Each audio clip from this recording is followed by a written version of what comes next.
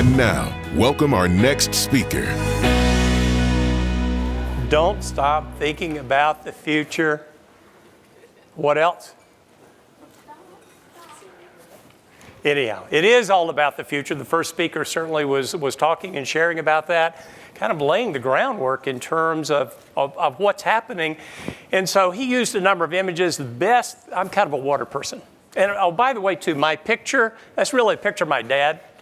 Just want to let you know that shaved the beard, I moved to the beach, had to shave the beard the whole bit. So anyhow, with the context of this, it's probably multiple waves. It's not just one wave. Yeah, it's not just AI, it's not robotics. We're going to talk, or I'm going to talk a bit about, and hopefully get a little interaction, really focusing in on the whole topic of change agility. Maybe asking some questions about your thoughts about what does that mean? And for me, it means being focused, fast, and flexible, whether you are an individual, a team, or an organization. Simple, focused, fast, and flexible, but how do you do that? So we're going to get into the weeds in terms of how that's done. We then will take a specific application of that, and Tomi talked a little bit about talent and how do you attract talent. Part of the focus of this presentation and session is going to be something maybe a little bit new to think about, but it's talent portfolio agility. Talent portfolio agility. Let that sink in. Think about your financial portfolio, how you adjust and adapt that, but also talent portfolio. Made up not only of full-time employees, but also freelancers. Gig economy. How many of you have heard of the gig economy? Raise your hands. How many of you are part of the gig economy right now? Yeah, as consultants, we've always been part of gig economy, working projects. And there's AI and also robotics as part of the overall talent portfolio. So you think of this and you see this wave, how fit are you? So how fit are you as an individual, change management expert? How fit is your organization? How fit is your team? So there's an aspect of fitness, not necessarily talking physical fitness, but we're really talking about how fit are we to build that ongoing capability of these waves of change, AI, robotics, et cetera, major digital disruption that's going on right now. And all of us can think of organization examples of companies that are no longer with us who did not do a very good job of don't stop thinking about the future. Anybody name one? Blockbuster, Kodak. Kodak's still around, but they missed big Sears. There are a number of companies out there. And I think they hung on to past practice, what they'd always done. Now it's as much about change readiness, change agility, et cetera. So that's some of the nuts and bolts we'll get into. Here's my pretty picture. I had to show this. This is how much of a water person I am. But I wanted to at least let you know there's a past history of Nick Horney, 23 years in special operations in the Navy, both active duty and reserve. So I used some of the reserve time to pay for my PhD program. I'm a shrink by background and training, an organizational psychologist, so I hope to apply that to some of our thinking and some of the discussions that we have. I'll also invite you back, stop by, Title Shift display that's going on. We'll have some good dialogue and discussion, hopefully, around some of this. So I think it's an exciting topic, a very exciting topic. I wish actually I was a little bit younger because I think this whole topic of change agility is so relevant, so relevant. So to that effect, why not talk about Disney World? How great is Disney World? We've been to Disney World. How many of you have been to Disney World? Taking your kids to Disney World? Oh, happy time. Things are really great there. Well, Disney World is wrestling with a number of changes, as you might imagine. Nobody is immune to this. And some of the changes they're wrestling with is a direct result of Airbnb. Now, why would that be? Airbnb, what's going on there? Disney resorts, as well as parks and the resorts, they got a lot of hotels there, hotel space. What does Airbnb do? They move into the area. Less people are staying at the hotels, et cetera. It's directly cutting into their profitability and what they are designed to do, the way it always has been done in the past. Now think about the future. Had to bring this one. This is the most exciting slide I've got here. I've got a flame going, so you have to see that. So the term VUCA, anybody not familiar with the term VUCA? Okay, so it's a time to introduce it to you. VUCA, actually, it came out of the Army. I'm an ex-Navy guy, so here I am having to use an Army term, but I think it's a great term. It's really a great term that describes the kind of turbulence, the ongoing turbulence, whether it's digital disruption, globalization for some people, millennials working with baby boomers like myself, all of the kind of disruption that all of you are experiencing as change experts and involved and integrated into the change that you've got going on.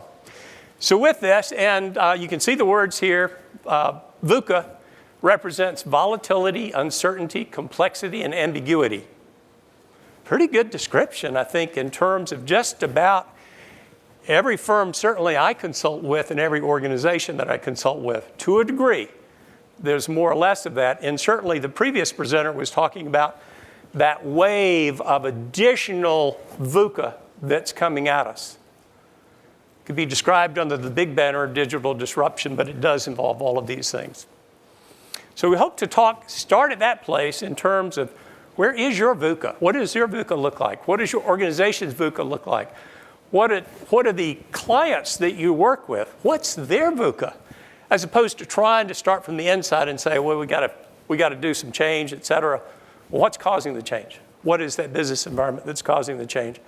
I thought this was an organization that I was doing some work with. I thought they did a nice job of visually capturing. It's rather busy, but I thought it did a nice job of trying to capture the VUCA, the forces of change that are going on there. It's global, it's widespread, it's ongoing, it doesn't stop. And guess, by the way, it's going to get faster and faster at greater volume. So hence the whole topic of change agility, I think, becomes very relevant. A lot of quotes often used with Jack Welch, and some of you may have worked with Jack Welch in the past. I'm old enough to have been one of those. But I think you got it right. When the rate of change outside exceeds the rate of change inside, the end is in sight. The end is in sight. It's kind of a dramatic statement, but think about it. Think about it in terms of those organizations that did not figure it out. Did not figure out the kind of change that was going on that needed to be done. And for some of you, at least a Canadian company that I helped out at kind of a latter stage was in fact RIM in terms of how could they adapt and thrive in a certainly changing environment. It was a little bit too late to really turn the boat on that, but that was one of those situations where there was certainly a tremendous number of trends and patterns, et cetera, that were going on that should have alerted them to and enabled them to equip themselves to be able to change. A company in North Carolina that is no longer with us, it's called Burlington Industries. It's not Burlington Coat Factory, but Burlington Industries. Burlington Industries in the late 90s was the world's leader in denim manufacturing. What's denim used for? Jeans, blue jeans. Denim goes everywhere. World's leader. It no longer exists. And again, for them, that change that was coming was the challenge of competition offshore. So cheaper labor, et cetera. And the best they could do is to try to come up with the kinds of laws that would prevent imports. And that only lasted just so long. So that's really not a solution to that. Let me give an example of REI. Anybody shopped at REI? I checked this out with some Canadians that I was having dinner with the other night, and they said, oh, well, you're really talking about, what is it, MEC or MEC or similar kind? It's muscle-powered equipment. Those that like mountain climbing, kayaking, everything other than, I guess, the kinds of soccer and baseball or whatever. You don't find those kind of athletic equipment there, but it's more for, as they use the term, muscle-powered. It's a $1 billion company, and they came to me several years ago with the request to enable them to become more agile as an organization. So I started asking a lot of questions about that. Why is that? They came off the best year they had ever had. And those of you that are change experts, how difficult is it to change a company, change an organization that has just had its best year? Pretty doggone tough. It's kind of, well, let's keep doing the same thing that we've always been doing. They recognize, and in the interviewing that I was doing, Sally Jewell, who then became the Secretary of the Interior, was the CEO at the time. Sally, after I did a series of questions with her, she thought she'd spring one on me, and she said, Nick, who do you think our primary competitor is? And I'm thinking, okay, these other sporting goods companies, et cetera. She's going, yeah, you've done your due diligence. And then she said, no, you're all wrong on that. It's Amazon.com. And the light bulb, just went on. Why Amazon.com? Why would it be Amazon.com? Buying patterns of millennials. And I'm not trying to, again, categorize millennials that only buy that way. But it's a huge, huge buying population. And there is a preference to being able to buy online. So what they had to do is not only be able to inject the kind of technology to enable them to do that, but the mindset and culture of change on an ongoing basis, be able to still maintain some of the stores and the retail outlets they had, but at the same time, be able to adapt and adjust to the kind of technology, and they were pretty successful in doing that. So some of the statistics that I pulled out in terms of the kinds of successes that organizations are formally reporting, in terms of their success rate. And you may see different stats on this, but I think it's pretty challenging for all of us to see that only a third of the organizations really are adapting quickly enough to really achieve the goals. For some of you, it may be even less successful than that. That's pretty daunting. We're dealing with, we're either working in organizations or we're consulting to organizations. We're really not being able to adapt and adjust and change quickly enough. While at the same time, again, with our previous speaker, Tommy, in talking about AI and what's going to be coming, that's all coming at us.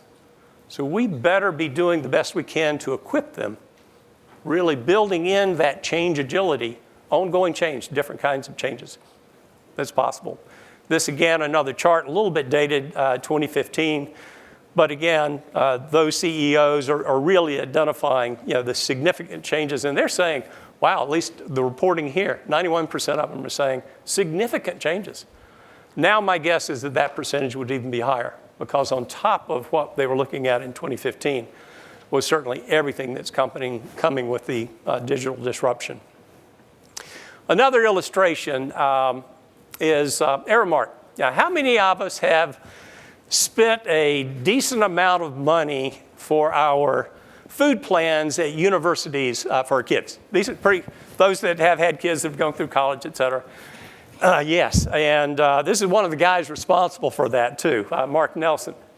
But Aramark really embraced change and change agility, because the challenges that they were having, not just the traditional different choices of food, but in addition to that, buy local, buy natural, the different demographics that were being on college campuses, et cetera, the uniqueness involved really required a lot of new training for the folks that were there. Also, they utilized and used to really create some good margins in terms of the revenues that they were bringing in.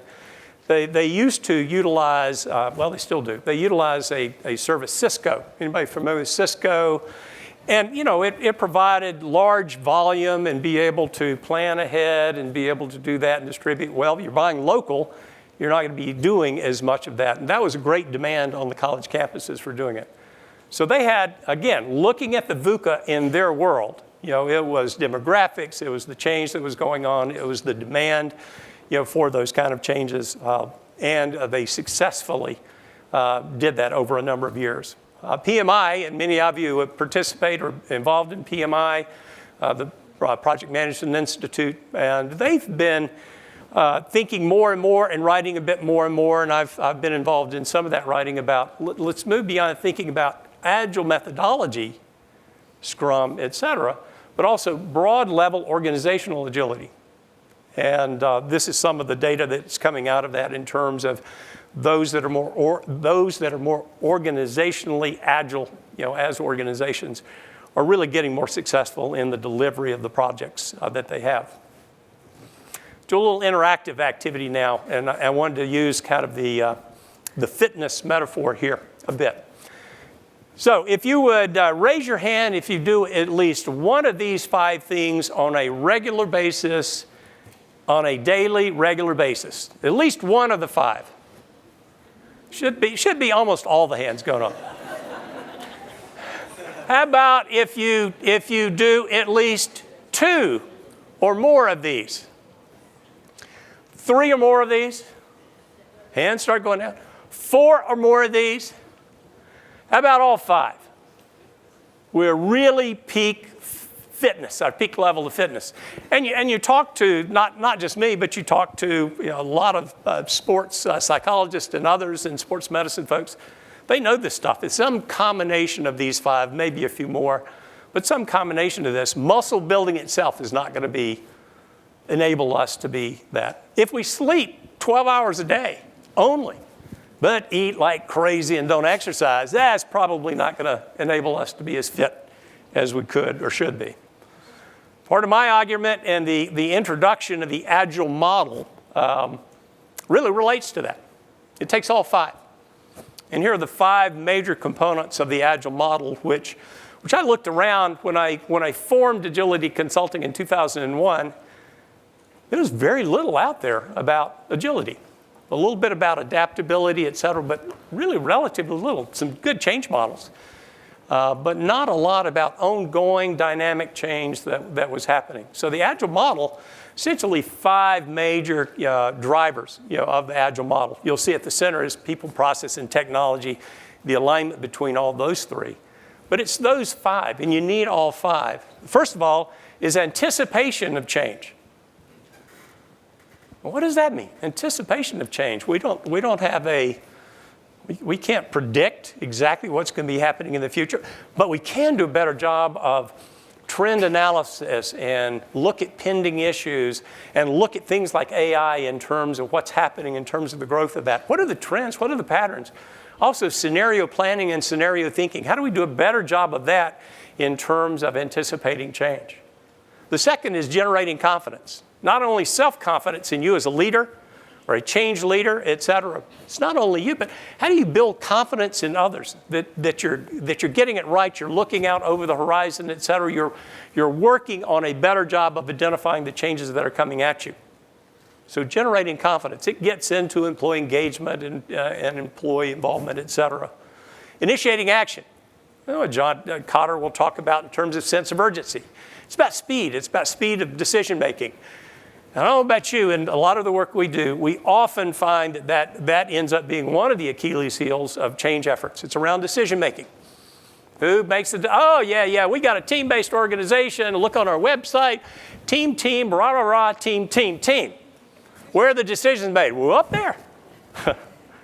We came up with these great ideas, but the decision gets reached up there, which bogs things down, particularly if we're really talking about change agility. Ongoing, dynamic, fluid nature of what's happening in the world around us. We don't have time for the bureaucratic approach and really pushing decision-making down. So if we've done a good job of anticipating change and communicating the changes, if we've done a good job of generating confidence in terms of here's our vision and values and direction we want to go as an organization, then how do you engage and empower the employees and build that ability and that sense of urgency in decision-making? And how great would it be to have your employee on your team come into the team meeting and say, hey, boss, I kind of understand the scope, et cetera, and the boundaries and all that. We made this change. As opposed to coming in with a permission to make the change. Now we're beginning to really embed the mindset and the culture of agility. Liberate thinking. Liberate thinking. It's not being liberal, but it's liberate thinking. How do we as leaders and change leaders build the kind of culture that says, we want your ideas, your thoughts. You employees are the ones closer to customers, our suppliers, et cetera, all in the chain that are involved. We want you to be able to come up with continuous improvement ideas. It's not the one and only big deal, home run hit type of new product. It's that ongoing day-to-day, week-to-week improvements that are made. How do you build that culture? And then evaluate results. It's something we in the special operations community, we talk about something called after-action review.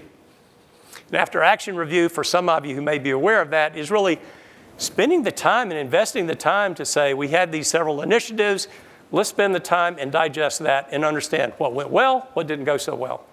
Too often we are moving on from that. 2 people got fired, the budget wasn't right, placing blame, et cetera. So instead, invest that time and energy around the after-action review, and it's also involving metrics. One of the things that we like to utilize, and a real quick example that you might, if you stop by the Title Shift booth, I'll talk to you a bit more about the agility snapshot. And when you have your change team and you're working together, et cetera, it's a way of doing just a quick snapshot in terms of what's the VUCA? How do we rate the VUCA involved in my team, my change team? What are we seeing as our VUCA? It may be internal, it could be external. And then rate yourself in terms of those 5 characteristics of agility. How well do we anticipate change? Are we getting surprised all the time and generate confidence, et cetera?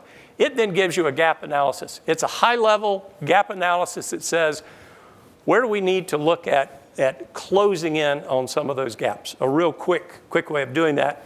I provided some quotes here that probably some of these might have come from you as well. So if you look at this, your teams, your change teams, your departmental teams, we're constantly putting out fires. Our customers are changing faster than we are. I mean, any of these things sound familiar? Probably do. I think if we're really honest with ourselves, that would be the case. So I want to lay the groundwork for change agility, the framework, the model, and approach. Now let's apply that. A little bit of what Tommy was saying too. Let's apply that to talent. And I like to think again, and I'm trying to position talent portfolio is just this. Now think of again your financial portfolio. Depends on where you are in your career. Maybe you're closer towards retirement, et cetera. You may be more conservative in terms of what you've got in your financial portfolio, but that may be vastly different from what you had in your financial portfolio 10 years ago. Maybe you weren't as risk averse at this point in time. The same is true in terms of a talent portfolio. The talent portfolio is made up of, and for argument's sake, is made up of traditional talent. What do we often think of as talent? When we talk about talent, most often what you read or you hear is talking about full-time employees that you have within the company, correct? For the most part. Trying to introduce some new thinking around that and saying, well, in addition to that, we also utilize a number of freelancers, a number of contractors, a number of folks that are not willing to move to where our location is. And by the way, maybe not willing to work full-time because they really like working on multiple projects as opposed to just with one company. Because in the past, 2007, 2008, 2009, what happened with a number of companies? They were shedding talent left and right. So what is this kind of loyalty there? So, and then also a number of platforms are available out there. Some of you have seen TaskRabbit and some of these others that are just readily available to connect talent with kinds of projects that are needed. And those are popping up over and over. LinkedIn has built out one of those types of platforms as well. So it's growing dramatically. So the gig economy has that part. And the technology-driven talent, which is part of this discussion today as well, around AI and robotics. It is also about how do we think about that as talent in terms of how work gets done. It's not about jobs, just asking the question, how does work get done? And if we think about that as our entire talent portfolio, it really enables us to start thinking perhaps a little bit differently. So this may be that picture of the future. It may be the picture now. Here's a little bit of what that talent portfolio may start looking like. And our AI and robotics experts out here may get a little chuckle out of this, but I thought it would do a good job of trying to describe next to you, working by your side, whether it's robotics, whether it's AI, et cetera, how do we interface and interact with all of that? So I'll describe this a little bit. There's the financial portfolio, the talent portfolio. It's a similar concept. I think it's a similar way of being able to describe it. So if you said, hey, it's pretty good stuff, Nick, how do I apply it? Or how do I introduce that in my organization? You might want to, again, for business people, you might want to utilize, let's look at the metaphor of a financial portfolio. They can relate to that. They can relate to that financial portfolio and then introduce So there's also a talent portfolio, and let's talk about what's in that talent portfolio. So it is about work. And I said before, it's not so much about jobs, but it's about work. How does work get done? Not only now, but into the future. How does it done? How does it get done? When and where does it get done? Who does it? What does it? Tools for managing it. How do we really come to grips with, again, talent portfolio agility? Now, I had to show this one. Part of my background, and I'm getting on up there in a couple of years. I actually was still around, and I was still in the Navy at the time. I dove in that hard hat outfit. Any of you divers? Any of you scuba divers out here? Okay, so we got a few scuba divers. This is called a Mark V diving outfit. About 300 pounds that you strap on, you screw on the helmet, etc. It's like all the old movies. That's why it's in black and white. It's like all the old movies. You go over the side, you sink. You sink to the bottom. There's no swimming. You sink. And you got these heavy boots. You got lead strapped across you. So the whole purpose is to sink. And you sink pretty fast. So that was kind of deep diving even back until the 70s, mid-70s, at least in the Navy. Well, that was kind of how we did it. You strap that on and, do that. So you'd find some pretty decent size folks doing that.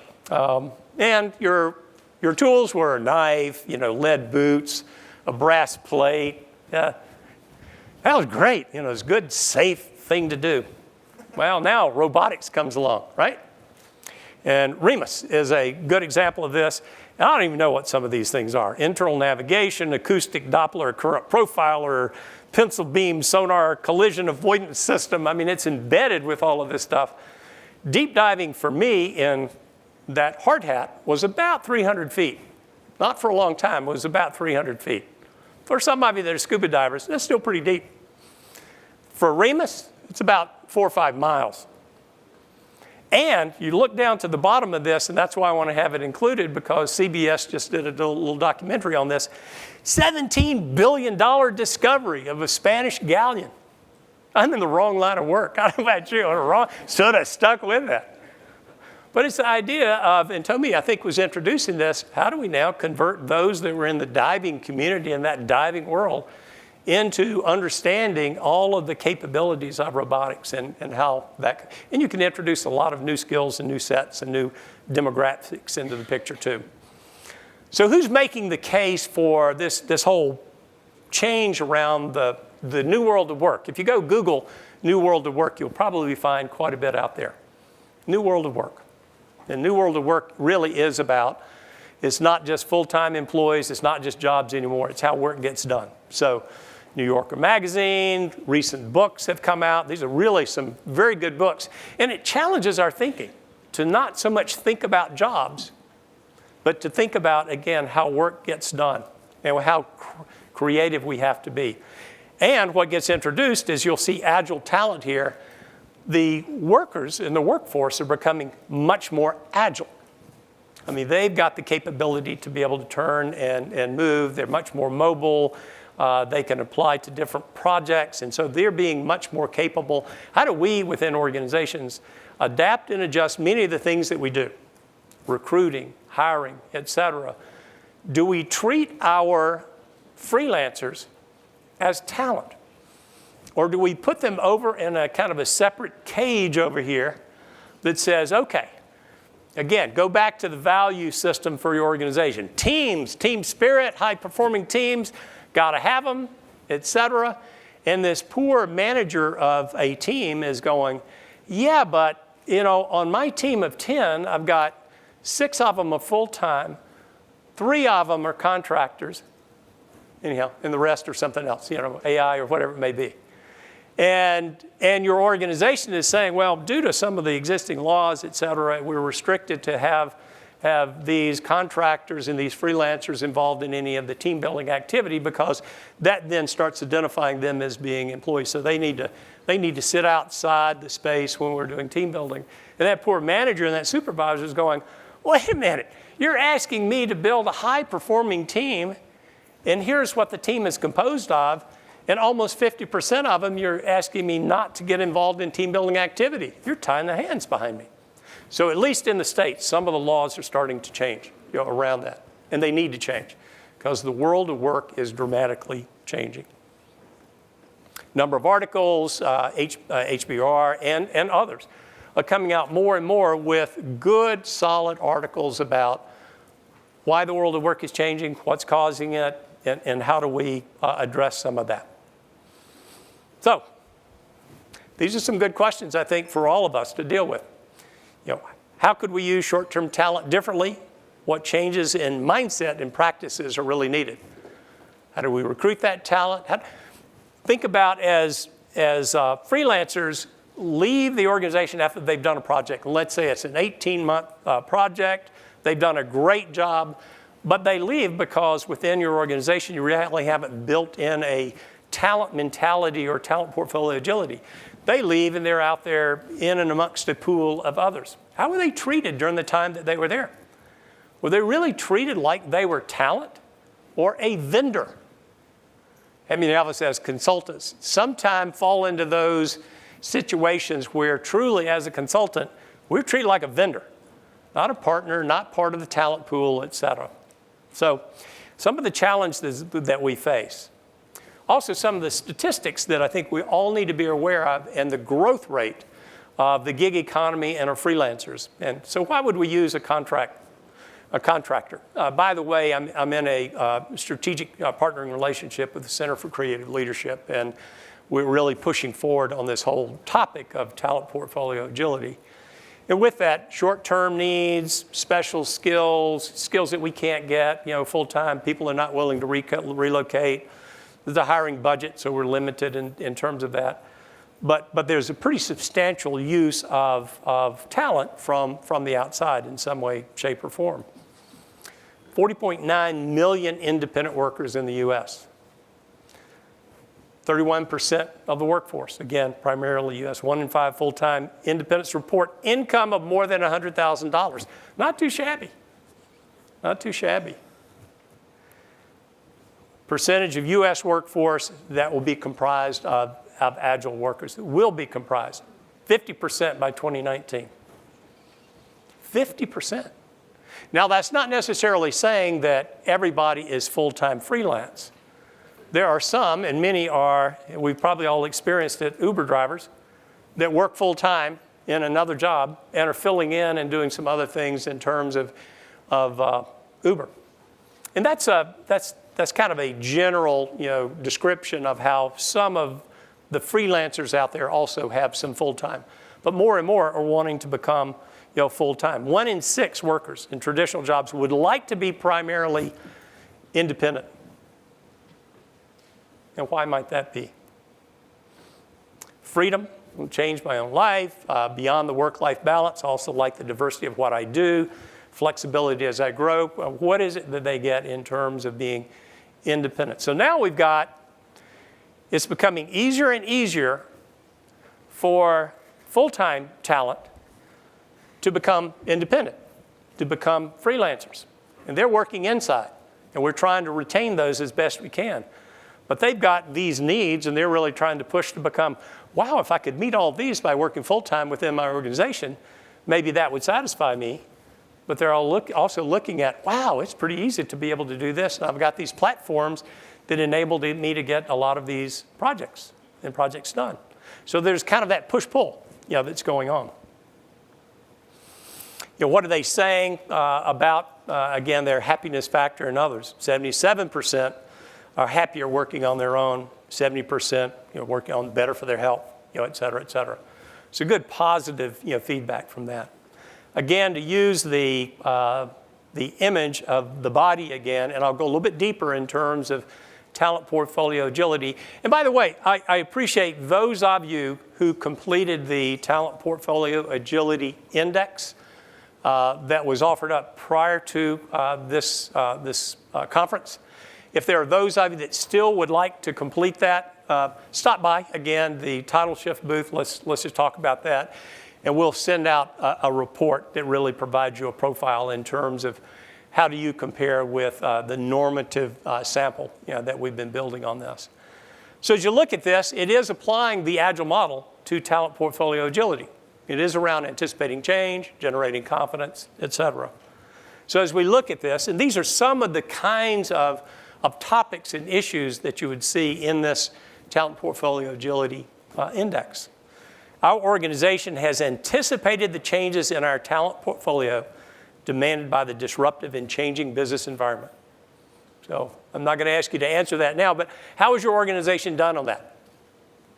Oh, yeah, we've done a great job of anticipating that.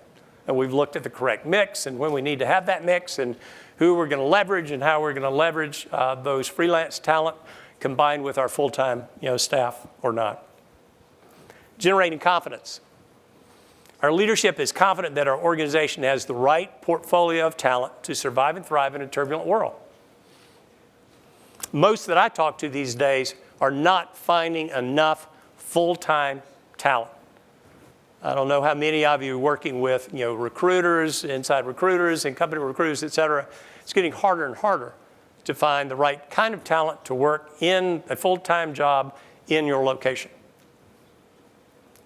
Becoming more difficult. Initiating action. Our organization acts quickly and proactively to identify and deploy the right portfolio of talent to meet the changing demands. So to what degree are we looking at, again, this combination of full-time, freelance, AI, robotics, et cetera, and are constantly shifting that? Let's say our organization, as part of its strategy, wants to start up a new business unit. Maybe, just maybe, you don't have really solid, experienced folks in your organization, but you've got them available as freelancers. So you pull them in, combine them with some existing full-time talent, and that then becomes that project team that's focused in that area. But you got to be deliberate and strategic around that. Liberate thinking, innovative approaches to combining and recombining the right portfolio of talent. So as circumstances change, how are we thinking about changing and adjusting the mix of talent that we have?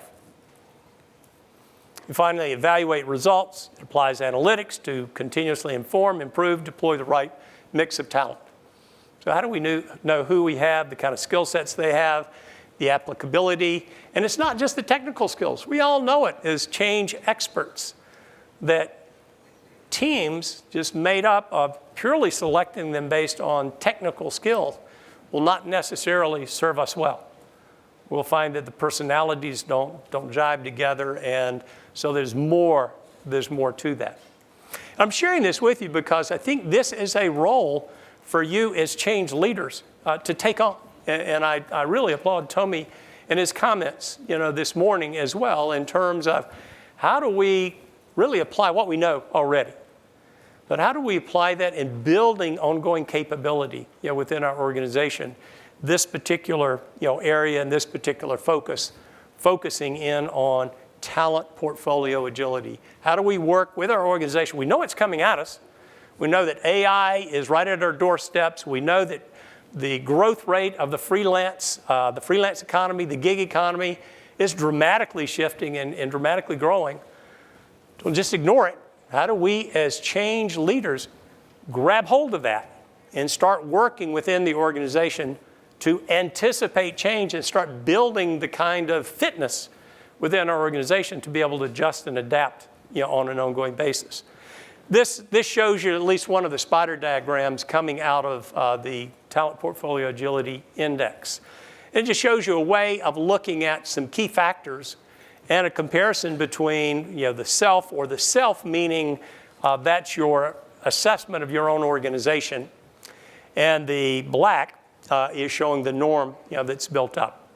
And so you can see in this particular example, there are a number of areas in terms of creating expectations, real-time feedback, idea diversity, pretty solid in terms of the self-assessment on that. Now, self-assessment, just like many other things, is all based on your own perception of that. It would be much stronger as a 360, but this is what it is. It's a self-assessment. But you can also see where it dips, and dips pretty dramatically.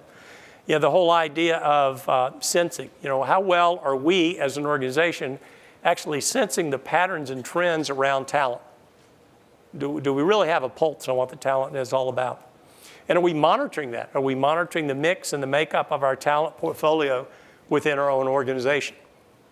You can also see it dip around the whole area of collaborating. Dips way down, way down. So it might be somewhat more silo-oriented. That's somebody's accountability. It's up to marketing to really look at the trends and patterns of what's going on in the business world. It's up to us just to get the job done.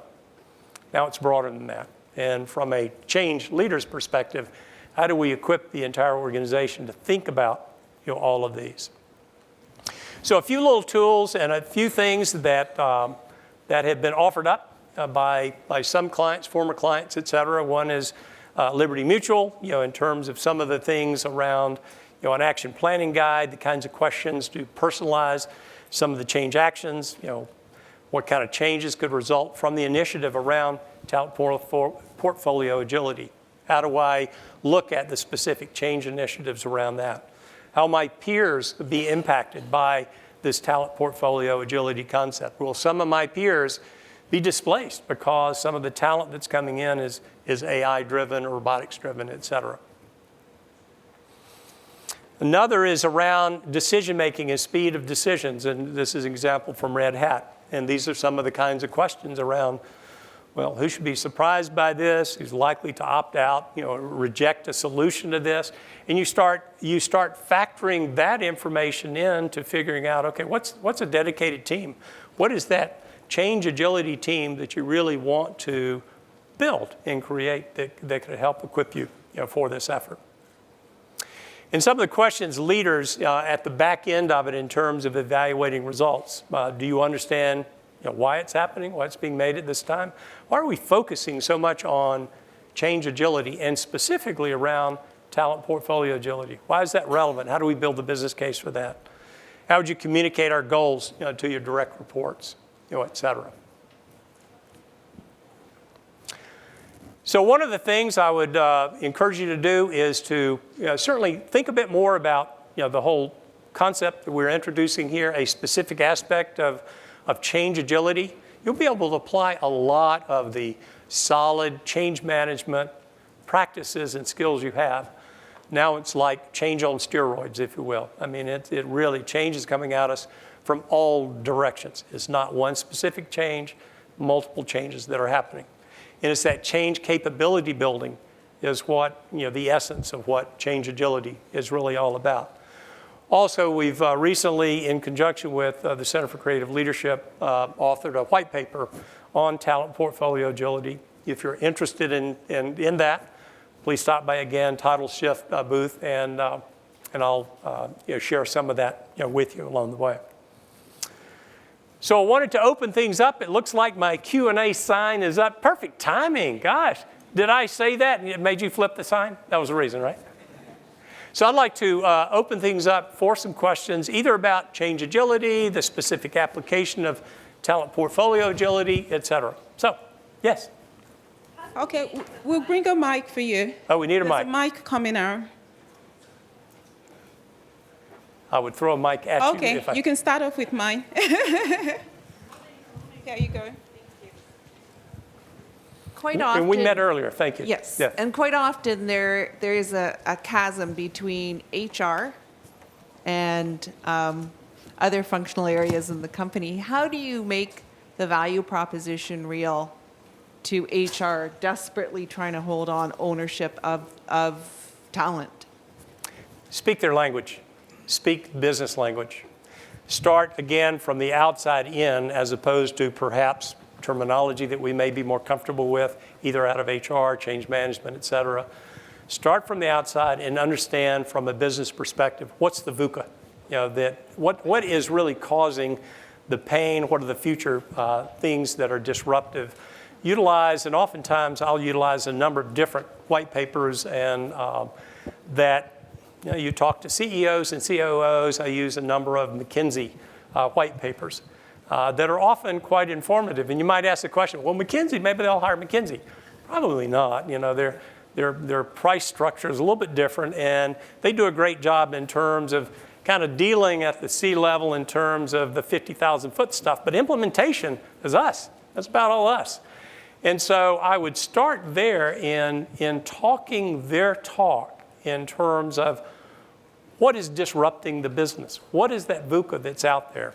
And it could be as simple as, gosh, I can't find enough quality talent to fill all these open positions that I've got here. It gives you a chance to reframe it and really talk and reframe it with HR as well in terms of, well, let me give you a little different way of thinking about talent that I'd like to introduce and have some dialogue with you about, and really engage them in that process so that they understand that. Then you lead the change effort around that, but get the language back down into the kind of language that that business people will understand and really relate to. Yeah, and that's awesome because just as simple as that, even with putting together this conference, we'll talk to people about it and we'll say AI and robotics. And people say, oh, that doesn't affect me. We're not doing anything in our organization, but because people did not find it relatable. People don't realize they're using Siri and they're already using AI and robotics, or that they're shopping on Amazon and they're already being affected by AI and robotics. Some people don't even know that their organizations are already using AI and robotics. So it's about finding that right language that, we even ourselves, try to talk about this conference to people and tell them why it was important to them. So very simple, but, very vital point, you say. Let me add to that and maybe add to some of that answer as well. Some of you are maybe practitioners of Agile methodology, whether it be Scrum or any other technique and tool that's out there. Very good, very solid. However, I get requests, client requests, et cetera, is it only goes so far. It's good at a team or a project level. How do you scale it? How do you extend it beyond that? And that's the point in terms of looking from the outside in. Speak where the C level is at the time. Identify the VUCA that is disrupting or at least causing or potentially causing a disruption in the organization. Start there and build the business case. Draw in appropriate techniques that might be Scrum, might not be Scrum. Could be a number of things, but I think to attempt to try to force fit, any kind of a methodology, we can start bumping up against resistance. And I'm repeatedly running into clients and client requests about that. We started off with Agile methodology, came out of the CIO's organization, got some good results of that, and we're trying to force fit it and scale it across the entire organization. See a few heads nodding up and down, and that's what gets missed in that. We've got to work both ends. We've got to work at that business end, the business disruption, talk the business speak, and then marry those two together so that there's more of a pull of Agile methodology as opposed to a push up. Yeah, awesome. Questions? Okay, we have quite a few hands here. So.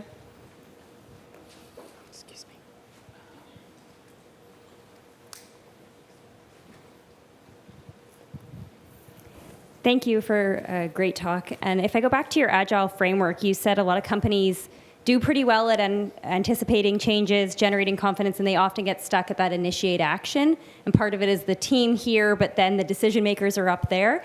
Can you talk about the factors you've seen in successful companies who've made that culture and mindset shift of the decision makers to be able to execute with speed?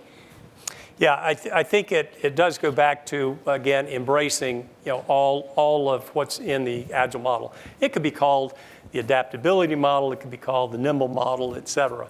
But if you go back and you really have those conversations with executives around why is it that you want to become more agile or more nimble, et cetera, and get them to talk about it in their own language. And then they may even bring the topics up, which they often will, bring the topic up. We just can't get decisions made quickly enough. Now that's at the executive level. And then down at the front line, you've got people working on the projects, et cetera, and trying to get those decisions made. Oftentimes it's in the middle. It's in the middle, which some of those mid-level managers may be feeling the squeeze, feeling like, oh, well, we're kind of risk averse in here. And last time I made a decision, I got my wrist slapped, and so I'm not going to really do that. And we read all the literature out there that says things like, take more risks. Take more risks. Fail faster. I mean, how many of you read those articles? Fail faster. I mean, you don't want to fail big. Fail faster so you can learn from those small failures. So that's part of it, is how are you going to fail faster if every single decision, and we're not going to make a decision until we are 100% sure that it's going to be accurate. we will have missed what competitors out there just outdistancing us left and right. So it has to do with speed of decision making, but it starts with the business, in terms of what is it, what are those characteristics? And I would argue that if you had that discussion with the management team and what are the things worrying you, what's going on there, many of the characteristics would probably be, God, we keep getting surprised, either by our competitor or keep people leave the organization, anticipate change. Or, there doesn't seem to be enough decision-making going on here. I keep getting dragged in to all these tactical decisions. And we've got out on our website, empowerment and engagement. What the heck is going on? So there is that disconnect, and it's got to be that entire mindset shift and the culture shift around that. Hopefully that's helpful. Awesome. We had a question here, just right here in front, the lady in the green.